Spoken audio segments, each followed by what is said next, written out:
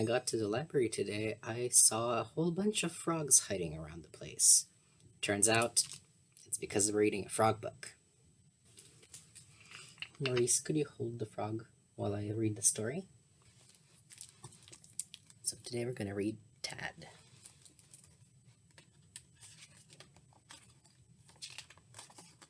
Tad was a frog. Well, that's not quite true. She was almost a frog. Tad was small. Smaller than her Tad brothers, smaller than her Tad sisters. Tad was the smallest, almost a frog in the whole wide pond. She was so small that she had to wiggle her tail twice as fast as any of the others just to keep up. "Keep up," they would say, "or Big Blub will get you." Tad had never seen Big Blub. Big Blub, they said, was a great, big, nasty fish. Big Blub swam in the deep, dark, murky part of the pond. He was as old as the mud, they said. He would wait till the sun went behind the clouds, till the whole pond was gray.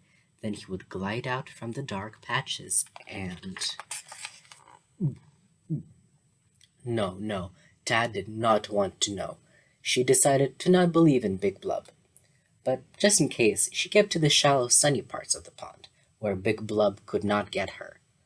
And when the sun went behind the clouds, she carefully hid behind the rocks and plants, hoping that Big Blub would not find her. Day by day, the tadpoles grew. They grew back legs, then front legs. They grew webbed toes. Their legs grew longer. Their legs grew stronger. Stretching their forelegs as wide as they could, they felt like they wanted to climb out of the pond. They rushed into the shallow water quicker than you or I can blink. Their tails got smaller and smaller until they no longer had tails at all. "We've lost our tails! We've lost our tails!" they cheered, all except for Tad. Every night they would find a big leaf and curl up together. But as the nights passed, Tad noticed fewer and fewer tadpoles to curl up with.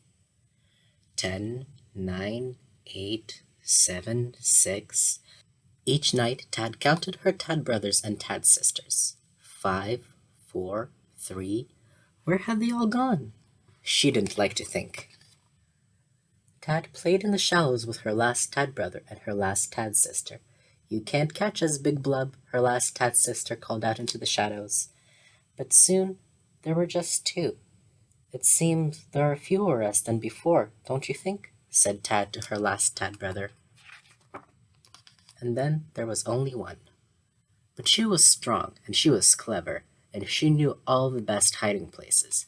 Big Blub would never catch her. Oh no, Big Blub! Tad swam faster than she had ever swum before. Then Tad did something she had never done before. She swam up and up and up and up. Big Blub sank back into the deep, dark, murky part of the pond, back to the mud where he belonged.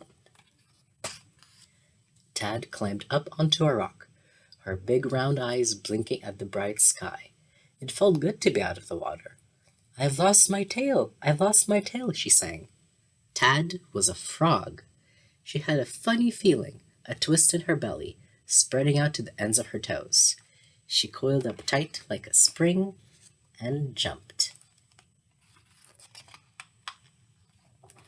And here are all her brothers and sisters. All right, Maurice, I think it's time we brought your friend back to her siblings. I think they're hiding around the library. And we'll see you guys next time. Bye.